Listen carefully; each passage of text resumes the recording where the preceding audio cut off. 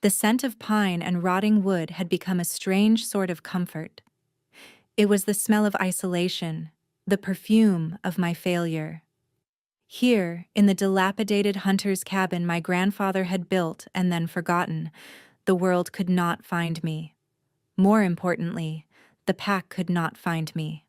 Tonight was the choosing. The one night every 5 years when the unmated alphas of the territory gathered to claim their omegas.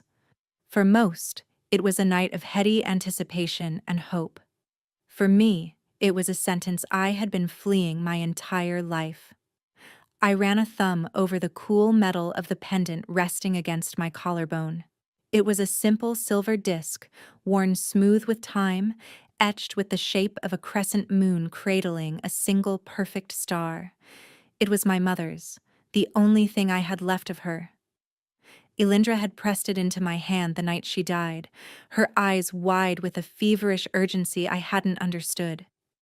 "It will protect you, Mirren," she had whispered, her voice a dry rasp. "Your silence is not a weakness, it is a shield. Remember that. When the time comes, they will not hear you. They will feel you." Her words had made no sense then, and they made little more now. My silence was the pack's term for my defect, while every other wolf, from the mightiest alpha to the lowest-ranking omega, carried a distinct personal scent that broadcast their status, their emotions, their very essence. I had almost nothing. My scent was muted, faint, like a watercolor painting left in the rain. It was barely there, lavender and chamomile, a ghost of a fragrance that the other wolves found unnerving and incomplete. Broken. That's what they called me, the broken omega. I was useless, unable to signal submission or readiness, unable to participate in the complex olfactory language that governed our society. I was rejected before I could even be considered. A gust of wind rattled the cabin's lone window, and I flinched, my heart hammering against my ribs. Down in the valley, the ceremonial bonfires would be roaring, casting flickering shadows against the faces of hopeful omegas and predatory alphas. I could almost hear the low, rumbling growls of dominance, smell the cloying mix of arousal and fear that would be saturating the air. Here, there was only the damp earth, the sharp tang of pine needles, and the cold, metallic scent of my own anxiety. I was an outcast, a secret shame my pack was happy to ignore as long as I stayed hidden. And I was more than happy to oblige. I was 19.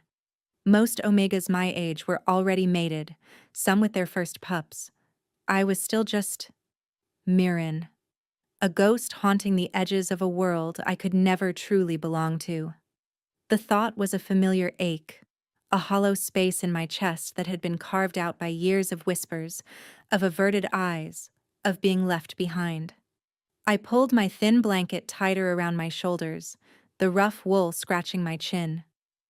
It was better this way. To be alone was to be safe. To be forgotten was to be free. I repeated the words like a mantra, a desperate prayer to a moon I could not see. Then, a sound cut through the sighing of the wind. It was thin and high-pitched, completely alien to the noises of the forest night. A cry. It was a child's cry, sharp with distress and fear. I froze, every muscle in my body locking into place. No one ever came this far up the mountain, especially not on the night of the choosing. Children were kept close, bundled up, and guarded within the village proper. The cry came again, closer this time, followed by a desperate sob that tore at something deep inside me. It wasn't the sound of a wild animal. It was the sound of a lost little boy. My carefully constructed solitude shattered. The fear for my own safety was still there, a cold knot in my stomach. But it was overshadowed by a fierce, inexplicable surge of concern. I couldn't just sit here and listen to a child suffer. My mother's lessons, the ones about kindness to the small and the weak, were more deeply ingrained than my own survival instinct. Taking a deep, unsteadying breath, I grabbed the small skinning knife I kept by the hearth, a laughably futile weapon, and unbarred the heavy wooden door. The night air was cold, biting at my exposed skin. It carried the distant scent of the ceremonial fires, wood smoke and something else. Something powerful and electric, like an approaching storm. I ignored it, my ears straining to pinpoint the source of the crying. "Hello?" I called out, my voice thin and reedy from disuse. It was swallowed by the vast darkness. A sniffle answered me from a thicket of ferns a dozen yards away. I moved slowly, my bare feet sinking into the damp moss. The knife felt cold and foolish in my hand. What was I going to do? Fight off a bear? The child was my only concern. Pushing aside a large, wet frond, I saw him. He was small, no more than 4 or 5 years old, with a mop of dark, unruly hair that fell into his eyes. He was dressed in clothes far too fine for the woods. A velvet tunic and soft leather breeches, now smudged with dirt and tears. His face was pale, his cheeks flushed with cold and streaked with grime.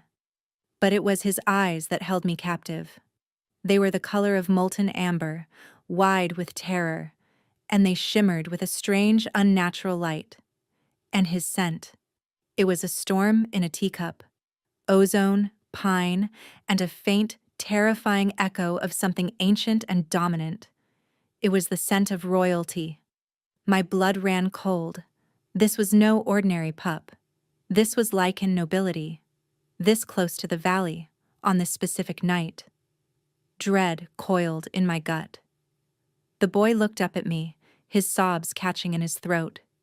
He hiccuped, wiping his nose on his expensive sleeve. He didn't seem to notice my lack of scent. Or if he did, he didn't care. He just saw a person who wasn't a looming tree or a dark shadow. "Are you lost?" I whispered, my voice barely audible. I crouched down, setting the useless knife on the hide ground to show I meant no harm. He nodded, his lower lip trembling. I was running. It got loud. "The fires," I murmured, understanding. The sensory overload of the choosing could be overwhelming even for adults.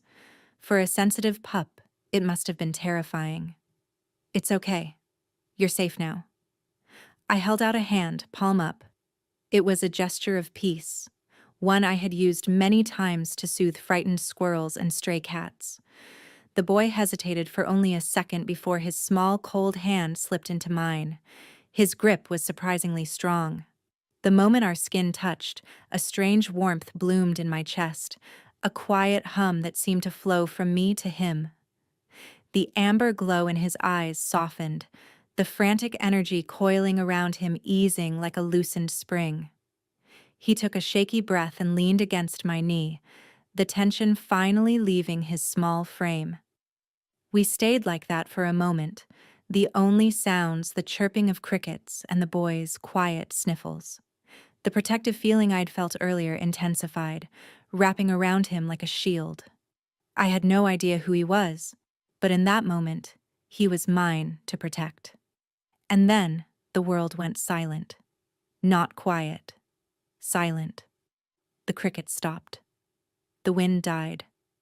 The very air grew heavy, thick with a pressure that made my ears pop. A scent rolled through the trees, a tidal wave of raw power that obliterated the familiar smells of the forest. It was pine and rich earth, yes, but threaded with the metallic tang of lightning and the deep, musky aroma of a predator at the apex of its power. It was the scent I'd caught on the wind earlier, magnified 1,000 times. It was the scent of absolute authority, the scent of a king. Panic, cold and sharp, seized me. I scrambled to my feet, pulling the boy behind me. My heart felt like it was trying to beat its way out of my throat. Every instinct I had screamed at me to run, to hide, to become one with the shadows. But the small hand clutching mine was an anchor. I could not abandon him. Heavy, deliberate footsteps crunched on the forest floor, each one a thunderclap in the unnatural stillness.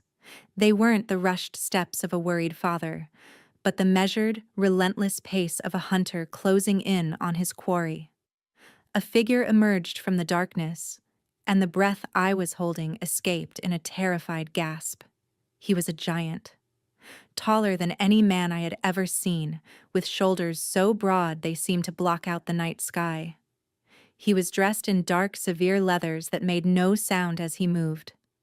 A crown of polished iron, stark and brutal, rested on his head, his dark hair brushing its edges. But it was his face that stole the air from my lungs. It was a mask of hard lines and sharp angles, beautiful and terrifying in equal measure. And his eyes?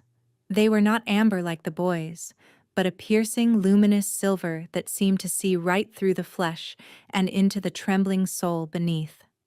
King Theron, the Shadow Wolf King, ruler of all territories, a lycan of mythic power who had ascended to the throne after his father's brutal death in the wilderness. Stories of his ferocity were whispered by firelight, tales of him tearing his enemies apart with his bare hands. He was a force of nature, a walking embodiment of dominance, and he was standing 10 feet away from me. His silver eyes scanned the clearing, missing nothing. They passed over me first, dismissive, searching. Then they landed on the small boy partially hidden behind my legs. The king's expression didn't soften, but the crushing pressure in the air lessened by a fraction. "Kelrick," he said. His voice was not a shout, but a low rumble that vibrated through the ground, through the soles of my feet, and up into my bones. It was the sound of rocks grinding together deep within the earth. The boy, Kelrick, whimpered and squeezed my hand tighter. He pressed his face into the back of my thigh, trying to make himself smaller. King Theron's gaze shifted back to me. This time, it was not dismissive. The full weight of his attention fell upon me, and it was like being pinned by a physical force. His nostrils flared subtly. I knew what he was doing. He was reading me, dissecting my scent, and finding nothing. I saw the flicker of confusion in those silver depths. He was expecting the reek of terror from an omega, the scent of a kidnapper. Something. Anything. But my defective biology gave him only the faintest hint of chamomile and a whole lot of nothing. It was like shouting into a void. "Step away from him," the king commanded, his voice dropping into that soft, dangerous growl that promised violence. I couldn't move. My feet were rooted to the spot. My mind was a whirlwind of terror, but the small, trembling body pressed against me was a fixed point. He was lost, I stammered, my voice a pathetic squeak. He was crying. I did not ask for an explanation. His eyes narrowed. I gave you a command. He took a step forward. I flinched, instinctively tightening my grip on Kelrick's hand. The boy chose that moment to peek out from behind me. He looked at the colossal, intimidating figure of his father, then at me. His little face was still stained with tears, but the stark terror was gone, replaced by a stubborn sort of defiance. He let go of my hand, took a wobbly step forward, and pointed a small, grubby finger at me. King Theron's eyes followed the gesture, a muscle feathering in his jaw. I braced myself, certain the boy was about to accuse me, to seal my fate. Instead, Kelrick's voice, though small, was shockingly clear in the heavy silence. "Mama," he said. The word hung in the air between us, a fragile, impossible thing. The king froze mid-stride.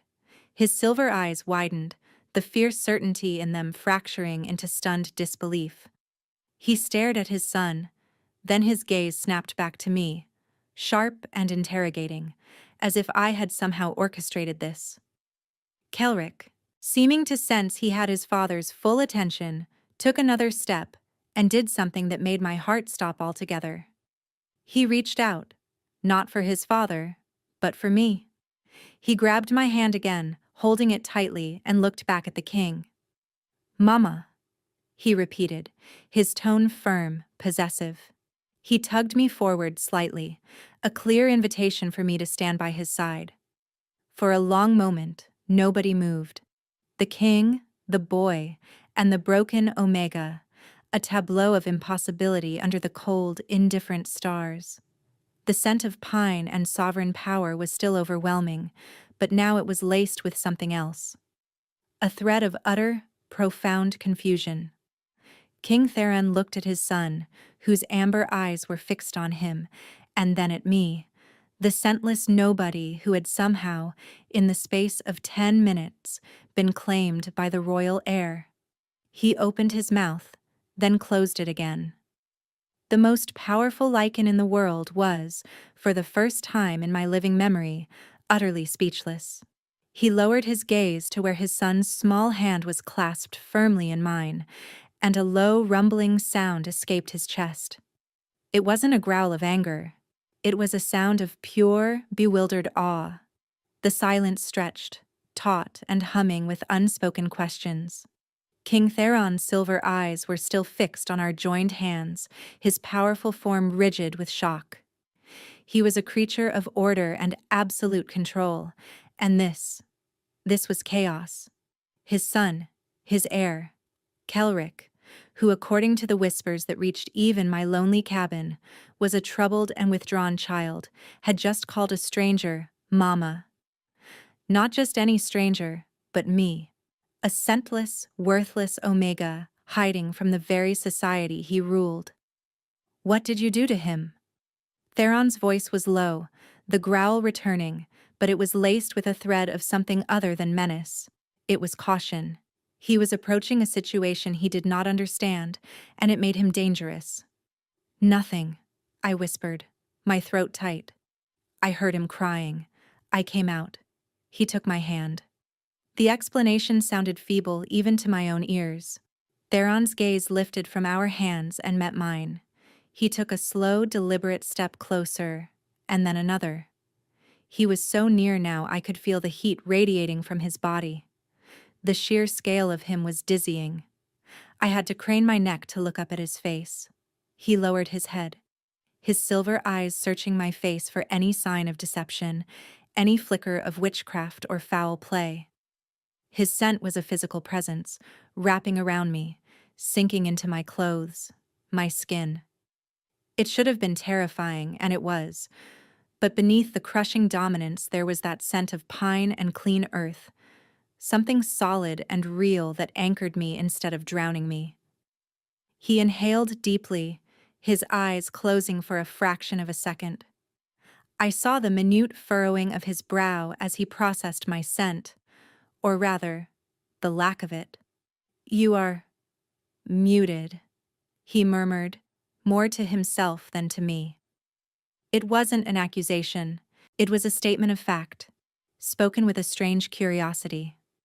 I'm broken, I said, the words slipping out before I could stop them. It was the truth I had lived with my whole life. A flicker of something, annoyance, disagreement, crossed his face. You are not broken. The statement was flat, absolute. Before I could process it, he crouched down, bringing himself to his son's eye level. The movement was fluid, impossibly graceful for a man so large.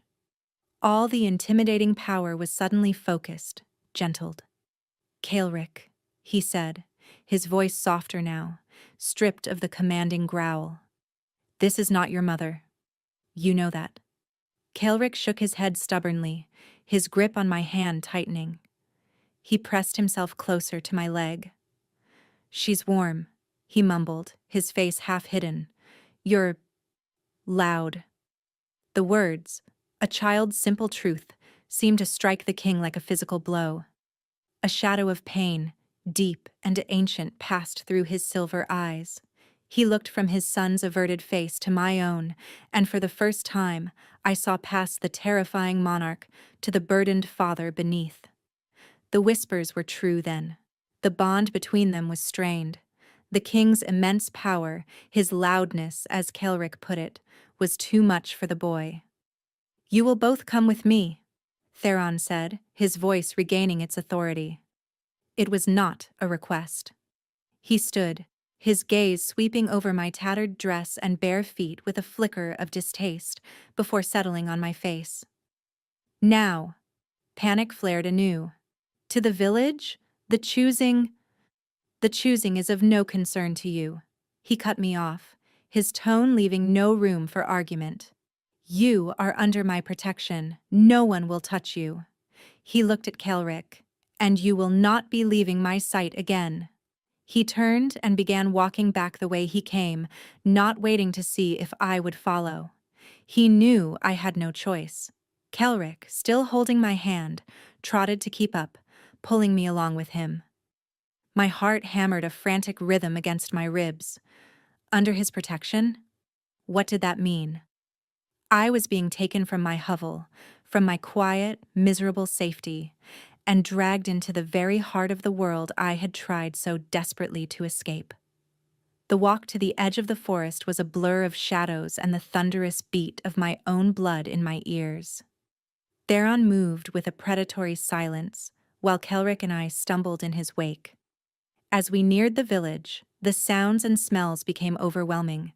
The roar of the bonfires, the cacophony of voices and laughter, and the thick, heady scent of 100 wolves in close quarters. It was a sensory assault that made me feel dizzy and sick. We didn't enter the main clearing. Theron led us along a shadowed path that skirted the celebration, heading towards the imposing stone structure that dominated the village, the Great Keep. Royal guards, clad in black leather and steel, materialized from the shadows as we approached. They bowed, their heads, their eyes wide with surprise as they took in the sight of their king, his lost son, and the ragged, unknown female being towed along by the prince. Inside, the keep was a world away from my cabin. Torches burned in iron sconces, casting a warm golden glow on stone walls hung with rich tapestries. The air was clean, smelling of beeswax, old stone, and the lingering scent of the king's power. We were led not to the dungeons as I had feared, but up a winding stone staircase to what were clearly the royal chambers. Theron dismissed the guards with a flick of his hand and led us into a vast fire-lit study. Bookshelves lined the walls from floor to ceiling, filled with leather-bound tomes. A massive oak desk stood before a window overlooking the valley, and a plush fur rug was spread before a crackling hearth. It was a room of quiet, immense power. Kelrick, finally releasing my hand, ran to the hearth and curled up on the rug, his eyes already heavy with sleep. The warmth and safety of the keep had finally exhausted him. "Sit," Theron commanded, gesturing to one of 2 high-backed chairs near the fire. I obeyed numbly, perching on the edge of the plush velvet cushion. I felt utterly out of place, a field mouse in a lion's den. Theron did not sit. He prowled the room, a caged predator, his silver eyes never leaving me. The silence stretched, thick and heavy, broken only by the crackle of the fire and Kelrick's soft breathing. "Tell me your name," he said at last, his voice low. "Mirren." "Mirren," he repeated, tasting the name. "And you are of the Blackwood pack?" I nodded, my gaze fixed on my hands, which were twisting in my lap. They don't claim me. I live on the mountain." "Because you are scentless," he stated. The word, spoken in his deep, rumbling voice, didn't sound like an insult. It sounded like a diagnosis. I flinched nonetheless. "Broken," I corrected him softly. "Stop saying that," he growled, a flash of impatience in his eyes. He stopped his pacing and stood directly in front of me, forcing me to look up at him. "There are old legends, stories my mother used to tell, of women born under a silent moon, women whose scent was a whisper, not a shout. They were not broken, they were called anchors." My head snapped up. Anchor? The word meant nothing to me. "Our kind," he continued, his voice taking on a lecturing tone as if speaking to a student. "We are creatures of passion, of instinct. Our wolves are always close to the surface. That power, it creates a loudness, A storm inside. He glanced at his sleeping son. For some, that storm is too strong. It threatens to break them, to pull them under, to make them feral. An anchor, a moon speaker, the old texts called them, has a quiet that can calm the storm, a silence that can soothe the beast without chains or submission. My mind was reeling. Moon speaker? This was the stuff of children's tales, of forgotten myths. It couldn't be real. It couldn't be me. I don't understand, I stammered. Theron's gaze dropped to my chest, to the silver pendant that lay against my skin. What is that? It was my mother's, I said, my hand instinctively covering it. Let me see it. It was a command, but his voice was softer now. Hesitantly, I lifted the chain over my head. My fingers trembled as I held it out to him. He didn't take it from me. Instead, he crouched again, his large calloused fingers gently turning the pendant over in my palm.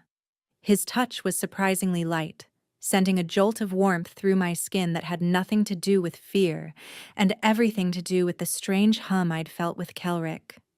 The crescent moon, he murmured, tracing the etching with his thumb. And the star. This is the mark of the moonspeaker lineage.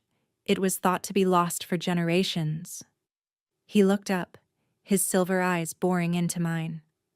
The confusion was gone, replaced by a stunning, piercing certainty. Your mother. Did she know what you were? My mother's last words echoed in my head. Your silence is not a weakness. It is a shield. They will not hear you. They will feel you. Tears pricked my eyes. I think she tried to tell me. I didn't understand. Theron stood, a look of profound, grim satisfaction on his face. She was trying to protect you. An ability like this. In the wrong hands, it is a weapon, a way to control and dominate. By letting the world think you were broken, she kept you safe. He looked over at Kelrick again, and the hard lines of his face softened with a raw, paternal pain. My son. His mother was a powerful alpha from the north. I thought the match would create a strong heir. Instead, their combined power created a conflict within him. His wolf is tearing him apart from the inside. He cannot control his shifts. They are agonizing for him. The pack healers can do nothing. They say he will not survive to adulthood. He will either burn out or become feral. The confession hung in the air, heavy and raw with a father's deepest fear. This mighty king, this terrifying ruler, was helpless to save his own child. He turned back to me, his expression stripped of all pretense, all royalty. It was the desperate plea of a father. When you touched him, Mirren, I felt it, the storm in him. It quieted. For the first time since he was a babe, there was peace in him. He called you Mama because your presence feels like the safety and comfort he has never known. My head was spinning. Everything I had ever believed about myself was being systematically dismantled. I wasn't broken. I was a myth, a legend, a cure. I am offering you a choice, he said, his voice regaining a sliver of its formal authority, but the desperation still underscored every word. It is not the choice of a mate or a claimed omega. It is a proposition. Stay here, in this keep. Be my son's guardian. Your defect is the only thing that can save him. In return, you will have my absolute protection. You will have wealth, comfort, status. No one will ever call you broken again. You will be honored as what you are. He paused, his silver eyes intense. I cannot force you. The old texts say an anchor's gift must be given freely, or it will curdle and fail. So I ask you, Mirren, last of the moon speakers, will you help me save my son? The choice he offered was no choice at all. Return to my hovel, to a life of cold, lonely misery, waiting for the day my pack decided I was too much of a burden to keep hiding. Or stay here, in this warm, opulent prison, and become the guardian of a prince and the last hope of a king? My entire life I had been nothing, a ghost, a flaw. Now I was being told I was essential. The validation was a heady, terrifying drink. Hope, an emotion I had long since starved, began to unfurl in my chest. I looked from the king's desperate, hopeful face to the small boy sleeping peacefully by the fire, a peace I had apparently given him. My mother's words finally clicked into place. This was the time she had spoken of. This was the moment my shield was meant to become something more. Taking a deep breath, I met the king's gaze. My voice, when it came, was still quiet. But for the first time in my life, it was steady. "Yes," I said, "I will stay." The relief that washed over King Theron's face was so profound, it was like watching a mountain shrug off a glacier. The immense tension he carried seemed to lessen, the harsh lines around his eyes softening. He gave a single, sharp nod, the king reasserting himself over the father. "Good," he said, the word a low rumble of satisfaction. "A handmaiden will be assigned to you. You will be given rooms adjoining my own, so you may be near Kaelric. Your every need will be met." He paused, his silver eyes holding mine. "My name is Theron. You will call me by it when we are in private." The intimacy of the suggestion sent a strange flutter through my stomach. Just a day ago, I was a forgotten outcast. Now I was on a first-name basis with the Lycan King. The world had tilted on its axis, and I was struggling to find my balance. As if summoned by his will, a soft knock came at the door. Theron called for them to enter, and a young woman with a kind face and warm brown eyes stepped inside, bowing deeply. She carried a bundle of folded fabrics in her arms. "Mirren, this is Thalira," Theron said. "She will attend you. Thalira, this is Lady Mirren. She is a guest of the crown and Kaelric's guardian. You will see to it that she is treated with the utmost respect." Lady Mirren. The title was so foreign, so absurd that I almost laughed.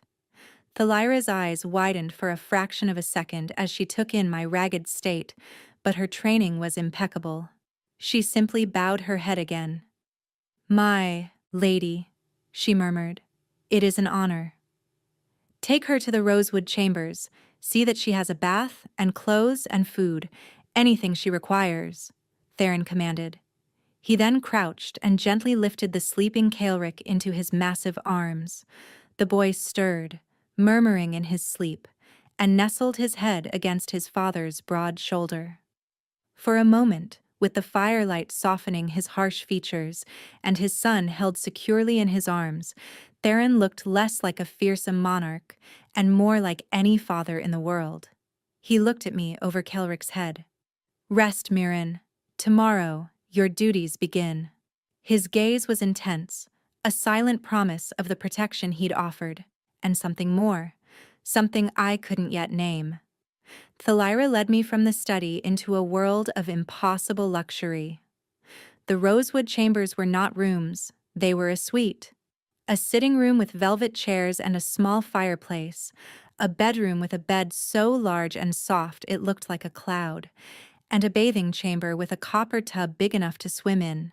Steam was already rising from it, scented with lavender and rose, while I soaked in the heavenly heat, scrubbing away the grime of the mountain and the scent of my old life. Thalira laid out a simple but elegant nightgown of soft cotton. She was quiet and efficient, her presence unobtrusive, but I could feel her curiosity like a palpable thing. "The king," I began, then stopped, unsure what to ask. Thalira's hands paused in their folding of my old tattered dress.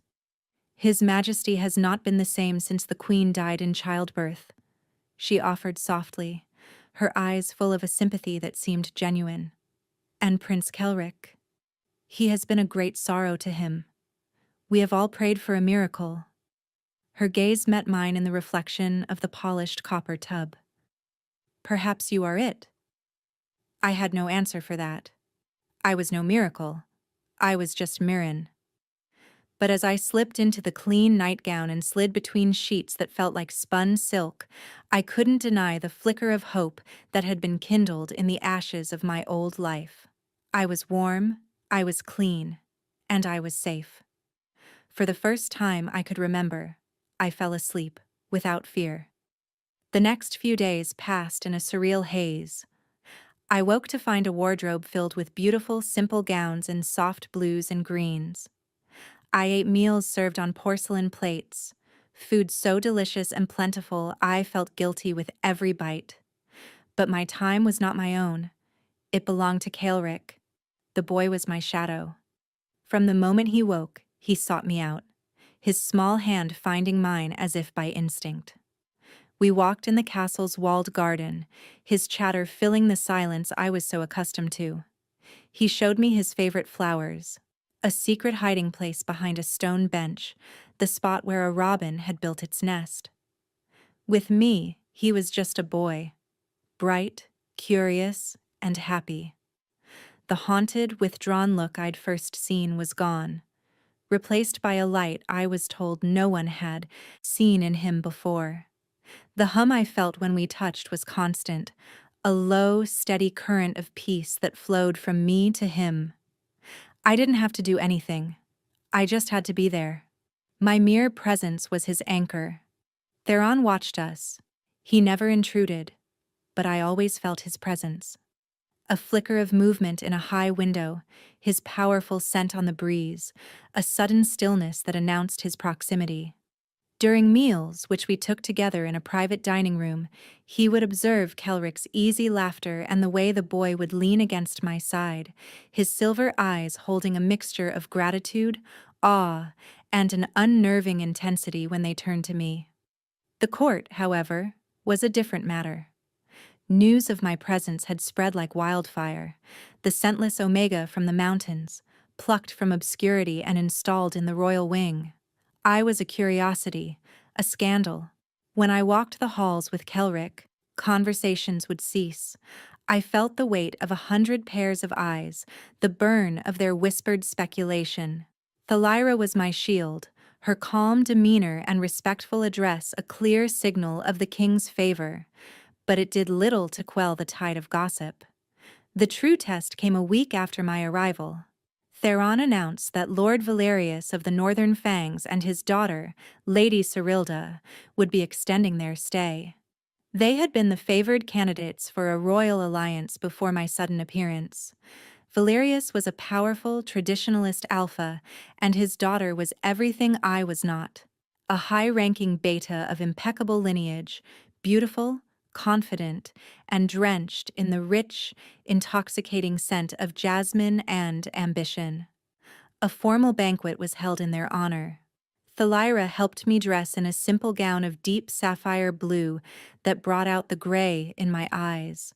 She arranged my hair in a simple braid, leaving the moon pendant as my only adornment.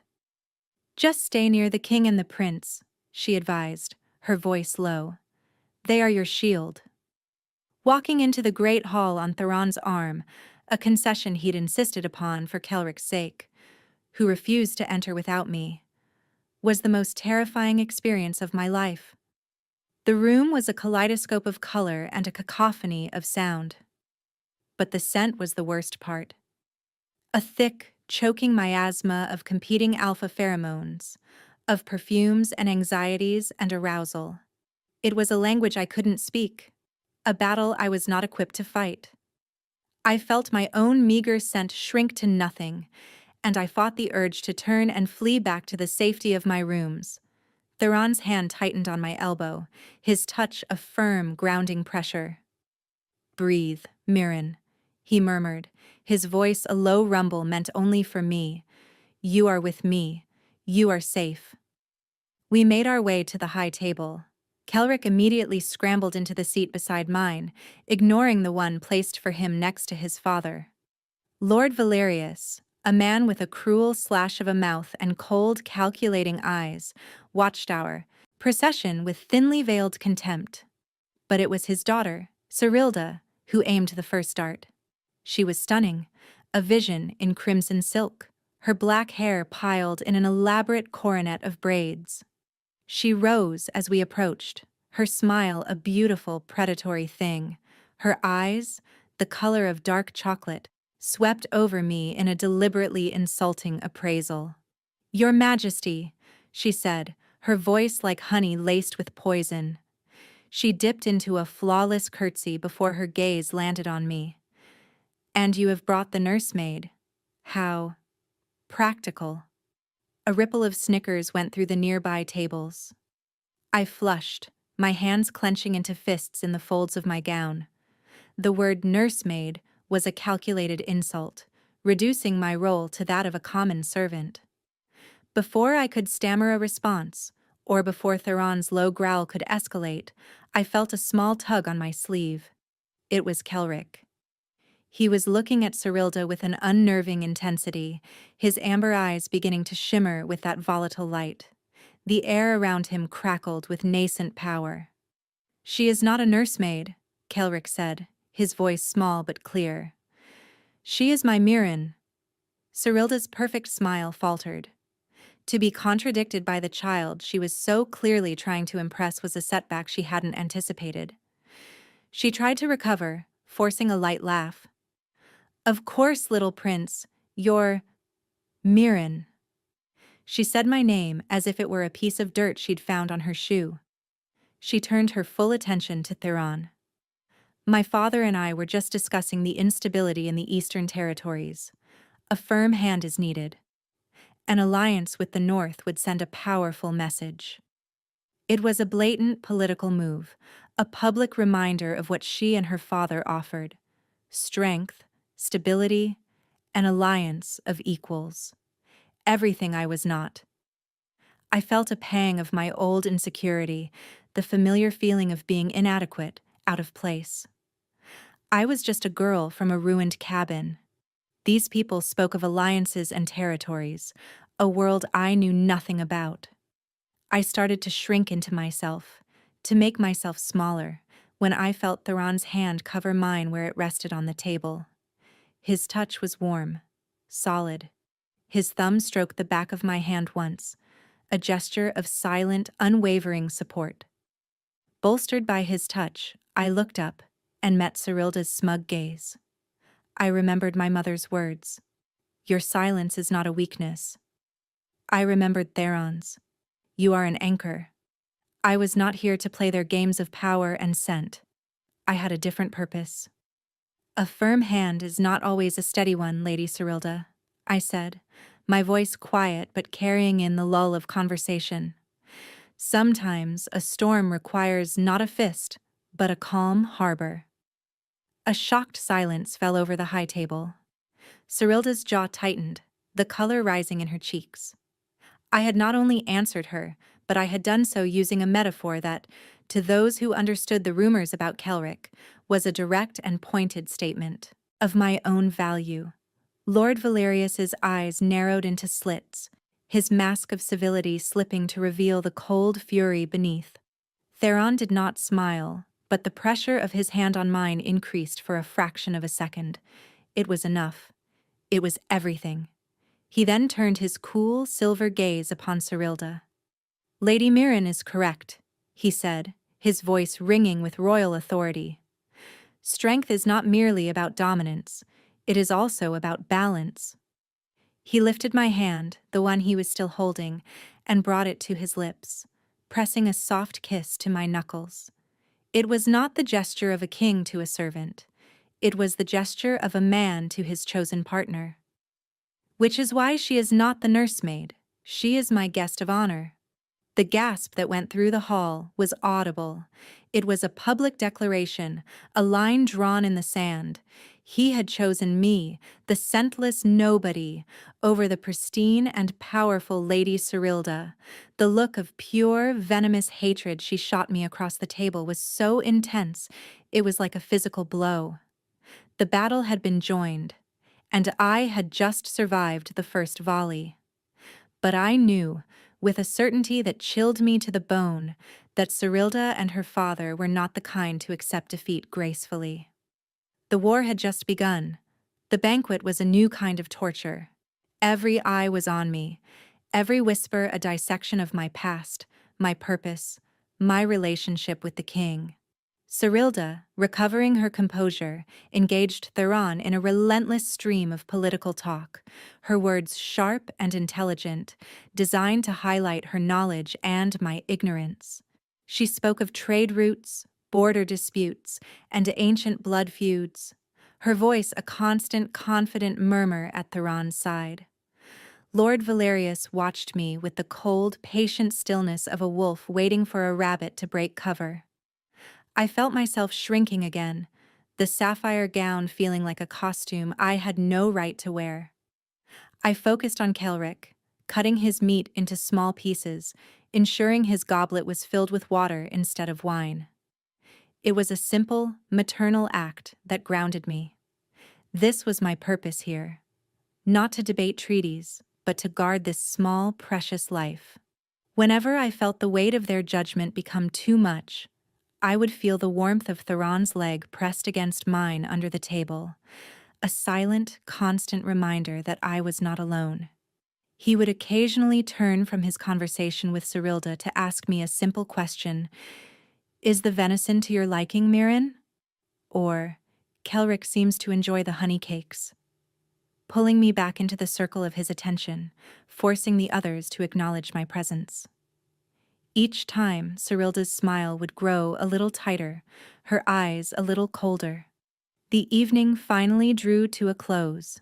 As the guests began to depart, Theron stood, his hand finding the small of my back. "Walk with me," he commanded softly.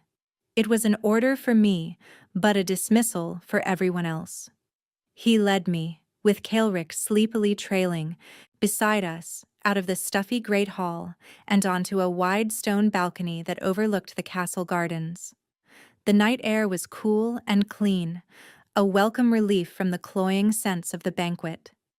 The twin moons cast a silvery glow over the manicured hedges and sleeping rose bushes. "You were magnificent," Theron said, his voice a low rumble in the quiet. I gave a short, bitter laugh. I was terrified. She is everything a queen should be. I am nothing. "Do not ever say that," he said, turning to face me. He placed his hands on my shoulders, his grip firm. "She is a finely crafted sword, all sharp edges and polished steel. She knows how to cut, how to threaten, how to command. You, Mirren, you are the shield. You know how to protect, how to endure, how to heal. Which do you think is more valuable to a king who is also a father?" His words were a balm on my frayed nerves. I looked up at him, at his face cast in the ethereal moonlight. The harsh lines seemed softer, the silver of his eyes deeper, more thoughtful. My heart did a strange, stuttering dance in my chest. "They hate me," I whispered. "Valerius and Cyrilda, they will not let this go." "I know," he said, his expression hardening. "Valerius sees power as a thing to be taken by force. He believes my concern for Kelric is a weakness he can exploit. He wants to see my son fail, to prove me an unfit king so he can make his move." His hands tightened on my shoulders. "That is why you are in more danger than you can imagine. You are not just a romantic rival to Cyrilda. You are the one thing that can foil her father's ambitions. You are the key to my son's stability, and therefore, to the stability of my reign." A cold dread washed over me. This was not just about courtly insults and social maneuvering.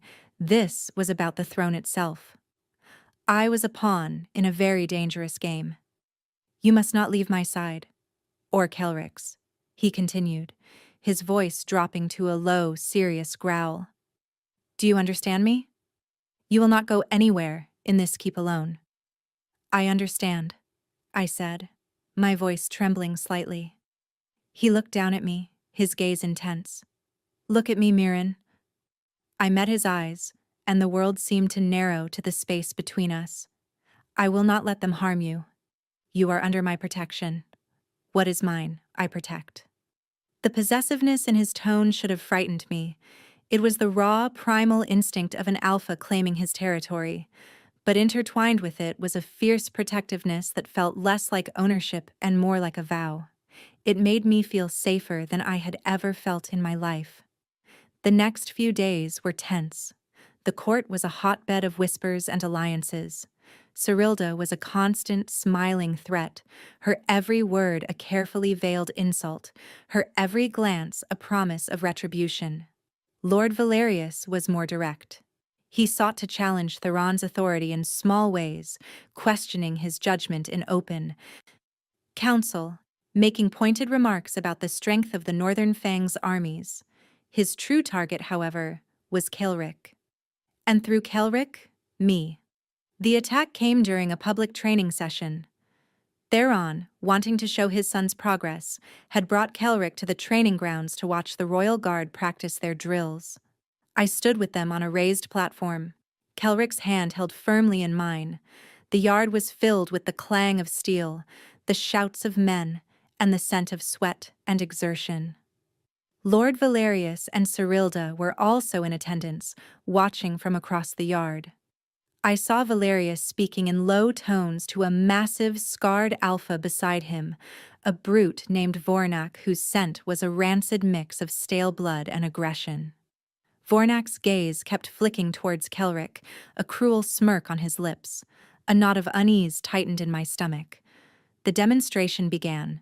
The guards moved with precision, their swords a blur of silver in the midday sun. Kelric watched, his amber eyes wide with fascination. He was calm, his energy stable, the hum between us a gentle, steady rhythm. Then, it happened. On a signal from Valerius, Vornak deliberately broke formation. With a roar, he manifested his wolf, a monstrous, mangy beast with matted gray fur and crazed yellow eyes. But the shift was wrong. It was wild, uncontrolled. He charged not towards his sparring partner, but directly towards the platform where we stood. Chaos erupted. Guards shouted, drawing their weapons. But the feral wolf was too fast. It was a blur of gray fur and snapping teeth, its target clear, the young prince. Theron moved like lightning, placing himself between us and the charging beast, his body transforming as he moved. Fur sprouted, bones cracked and reformed. In seconds, the king was gone, replaced by a colossal shadow wolf, its fur the color of midnight, its silver eyes glowing with incandescent rage. But Vornak's attack wasn't aimed at the king. It was a provocation. The sight of the feral wolf, the raw, uncontrolled violence, the wave of pure killing intent that rolled off it. It struck Kelric like a physical blow. The boy screamed, a high, terrified sound. The gentle hum between us shattered. I felt the storm inside him break its leash. His small body convulsed, his amber eyes blazing with uncontrolled power. His skin flickered, becoming translucent, the shadow of a small, terrified wolf visible beneath. He was losing control, his own wolf lashing out in terror, threatening to consume him. Theron was caught. He was poised to intercept Vornak, but he couldn't leave his son's side. He was frozen between two threats, his own desperate howl of rage and fear tearing through the air. In that moment of chaos, everything slowed down. The shouts, the fear, the snarling of the wolves. It all faded into a dull roar. All I could see was Kelric, his small body being torn apart by a power he couldn't contain. All I could feel was his terror, his pain. My mother's voice whispered in my memory, "They will not hear you. They will feel you." Instinct took over. There was no thought, no decision. I dropped to my knees in front of Kelric, ignoring the charging monster, ignoring the king's battle. I placed both my hands on the boy's small, trembling chest. I closed my eyes and didn't just focus on the hum between us. I became the hum. I poured all of my will, all of my essence into that connection.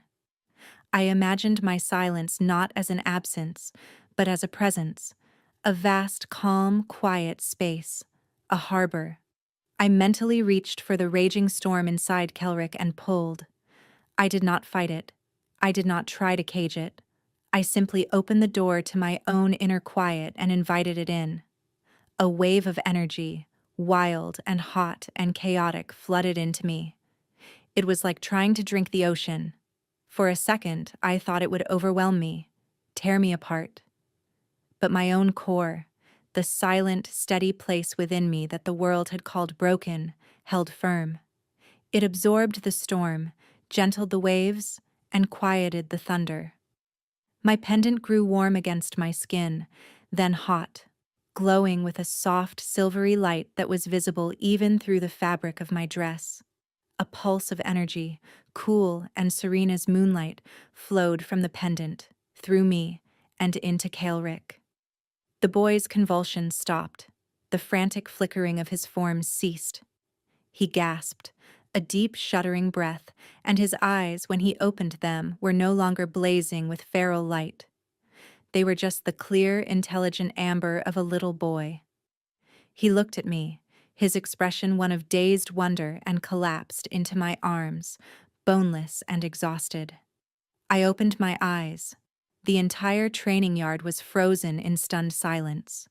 Theron, in his massive wolf form, stood over the whimpering, subdued form of Vornak, a single black paw on the lesser wolf's throat.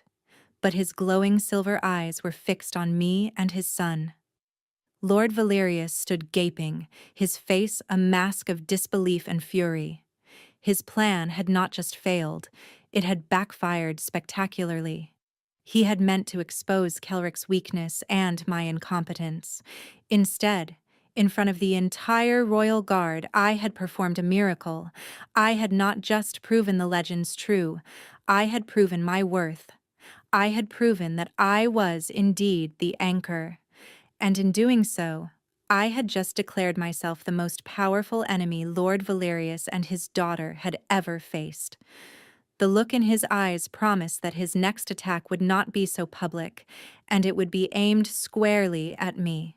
I was drained, my body trembling with the aftershocks of channeling so much raw power. Kelric was a heavy, warm weight in my arms, his soft breathing a reassuring rhythm against my chest. The silence in the training yard was absolute, broken only by the whimpering of Vornak pinned beneath Theron's paw. Theron's form shifted, the massive shadow wolf receding back into the man. He stood, his chest heaving, his eyes still locked on me. He crossed the distance between us in 3 long strides and dropped to one knee before me, his gaze sweeping over Kelric, assuring himself that his son was truly unharmed. "He's just sleeping," I whispered, my voice hoarse. Theron reached out a hand, his fingers trembling slightly, and brushed a stray lock of hair from my forehead. His touch was reverent. The raw gratitude in his silver eyes was so intense it was overwhelming. He looked at me not as a king, not as an alpha, but as a father whose deepest prayer had just been answered. "You saved him," he breathed, the words full of awe. Lord Valerius finally found his voice. "A trick!" he spat, his face mottled with rage. "Some sort of Omega witchery. She is a danger to the boy. A corrupting influence." Theron rose to his full, intimidating height, his gaze snapping to Valerius. The air crackled with his fury. "You will be silent, Valerius," he growled, his voice lethally soft. "You staged this. You used a feral wolf to attack my son. You endangered the heir to the throne." He gestured to the guards who had surrounded the still cowering Vornak. "Take this filth to the dungeons and confine Lord Valerius and his daughter to their quarters. They will answer for this act of treason." Cyrilda, who had been watching with a horrified expression, rushed forward. "Father meant no harm, Your Majesty. It was a misunderstanding. Vornak lost control, that is all." "The only misunderstanding," Theron said, his voice like ice, "is your belief that I am a fool." He turned his back on them, a gesture of ultimate dismissal, and focused entirely on me. Gently, he lifted Kaelric from my arms, cradling him with an ease that belied the boy's weight. With his other hand, he reached for mine, lacing his fingers through my own. "Come," he said softly. You need to rest. He led me away from the training yard, leaving the guards to deal with the sputtering lord and his daughter. He did not release my hand. His grip was a firm, protective anchor in the swirling sea of my exhaustion and shock. We walked in silence through the castle halls, a strange procession. The king, his sleeping son, and the exhausted Omega who had just saved them both. The court members we passed flattened themselves against the walls, their eyes wide, their sense a mixture of fear and awe. The whispers that followed us now were of a different sort entirely. He didn't take me to my chambers. He took me back to his study, the room where this new life had begun. He laid Kelrick gently on the fur rug before the fire, then guided me to one of the large chairs and pushed me gently into it. He poured a glass of water from a carafe on his desk and pressed it into my hands. Drink, he commanded. I obeyed, the cool water soothing my dry throat. He knelt before me, taking the empty glass and setting it aside. He took both of my hands in his thumbs stroking the backs of them.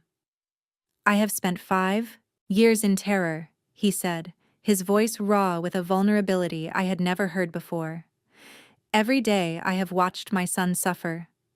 I have listened to healers tell me there is no hope. I have felt his wolf rage against him, and I have been powerless to stop it. He looked up, his silver eyes shining with unshed tears. My own power, the very thing that should protect him, only makes it worse. It's like pouring gasoline on a fire. I have been his poison. The confession was a blade to the heart. This powerful, untouchable king saw himself as a danger to his own child. The loneliness and burden he carried were immense, a mountain of grief and fear he had borne all by himself. Today, he continued, his voice thick with emotion, I watched him being torn apart, and for a moment, I was frozen. I could fight the beast in front of me, but I could not fight the one inside of him. And then you did what I, with all my strength and authority, could not. You quieted the storm. You gave him peace. He squeezed my hands. How can I ever repay such a debt? It is not a debt, I said softly, finding my voice. I love him. The words were a simple, unadorned truth.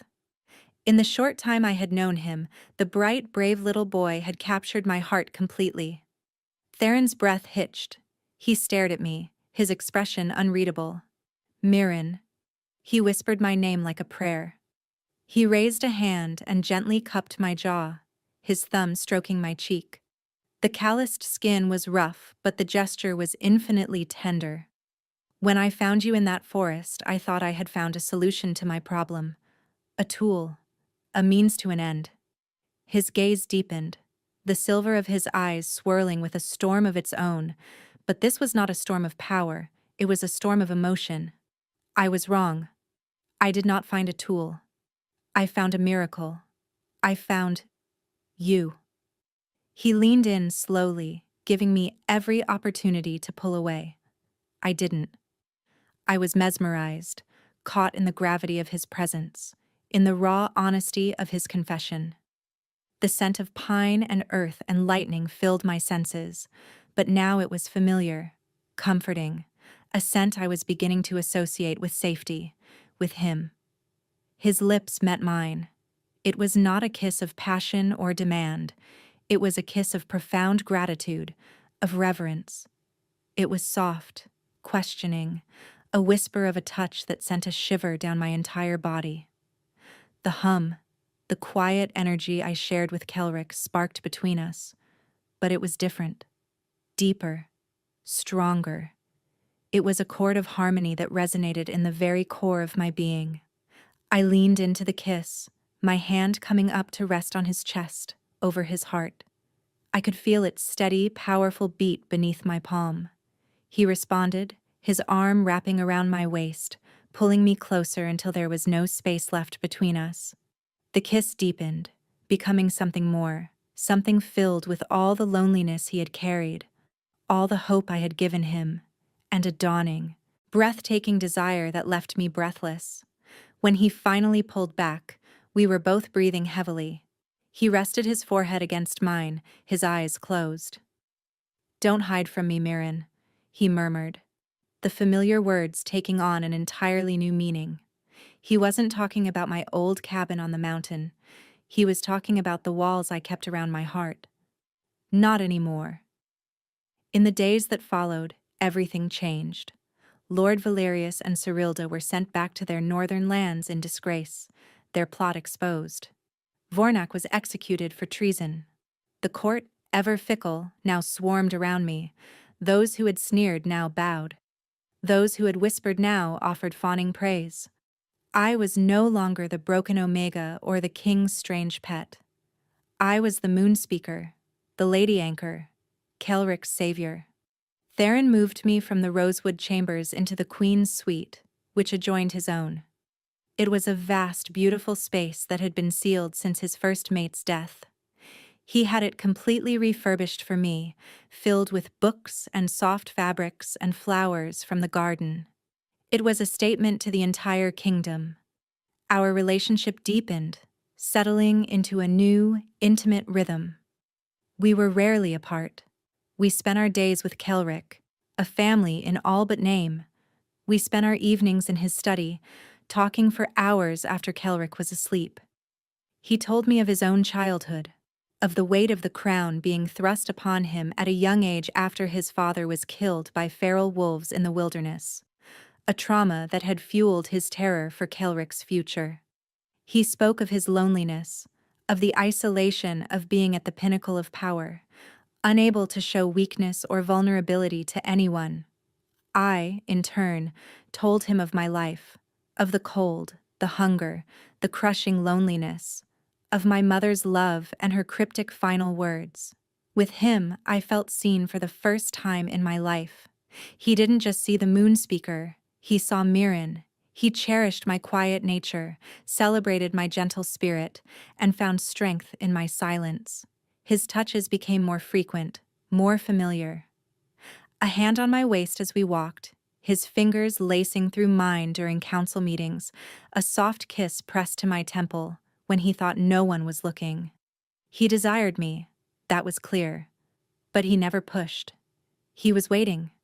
He had offered me a choice once before, and he was honoring it still, allowing me to set the pace, to come to him in my own time. The final choice came on the night of the next full moon, a month after the attack. Theron called a formal court session in the throne room. He stood before the massive carved stone throne, with me and Kelrick standing on the dais beside him. He addressed the assembled lords and ladies of his kingdom, his voice ringing with power and clarity. He spoke of the recent treason, of the stability of the throne, and of the future of his line. For 5 years this kingdom has been without a queen, he announced, his silver eyes sweeping the room before landing on me. I have been urged to make an alliance, to choose a mate based on power and politics and bloodlines. His gaze flickered for a moment, a silent condemnation of Valerius's ambitions. But I have learned that the greatest strength is not always the one that makes the most noise. The most vital power is not always the one that is seen. It is the one that is felt. He turned to me, his expression softening, all the love and reverence he felt for me shining in his eyes for the entire world to see. He took my hand. This kingdom does not need another sword. It needs a shield. It does not need more loudness. It needs a quiet harbor. My son does not need a stepmother of convenience. He needs the woman he already calls Mama in his heart. He went down on one knee before me, the mighty Shadow Wolf King kneeling before the broken Omega. A collective gasp went through the room. I do not offer you the position of a claimed mate, bound by alpha law, he said, his voice thick with emotion. I offer you a partnership. I offer you a crown to wear beside my own. I offer you my heart, my strength, my protection, for all of our days. Mirren, last of the moon speakers, my anchor. Will you be my queen?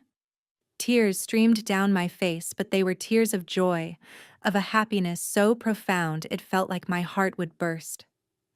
I looked at this incredible man, this fierce king and gentle father, who saw not my flaws, but my strength. I looked at Kelrick, who was beaming at me, his amber eyes bright with pure joy. This was my home, this was my family, this was my purpose. Yes, I whispered, the word filled with all the love in my soul. Yes, Theron. He slid a simple, elegant ring of silver and moonstone onto my finger, a perfect match to my mother's pendant. As he stood and drew me into his arms for a kiss that sealed our promise before the entire kingdom, a cheer erupted through the throne room. Kelrick launched himself at us, wrapping his small arms around our legs in a fierce hug. Later that night, we stood on that same balcony where he had first promised me his protection. The full moon shone down, bathing the world in its serene, silver light. Theron's arms were wrapped around me from behind, his chin resting on my head. Kelrick was sleeping soundly in his own room, safe and at peace. I never imagined this, I murmured, looking out at the sprawling lands that were now mine to help protect. A life beyond that cabin. I never imagined a life beyond my fear, he confessed, his voice a low rumble against my back. You have given me back my hope, Mirren. You have given me back my son. He pressed a kiss to my hair. You have given me everything. I leaned back against his solid warmth, my hand covering his where it rested on my stomach. The moon pendant lay cool against my skin, a silent testament to a mother's love and a destiny fulfilled. I was no longer Mirren the broken. I was Mirren, the queen, the anchor, the moon speaker. I had been a ghost living in the shadows, and now I stood in the light, loved and essential. The future would hold challenges, I knew. The whispers from the north would not be silenced forever. But for the first time in my life, I was not afraid. I was home.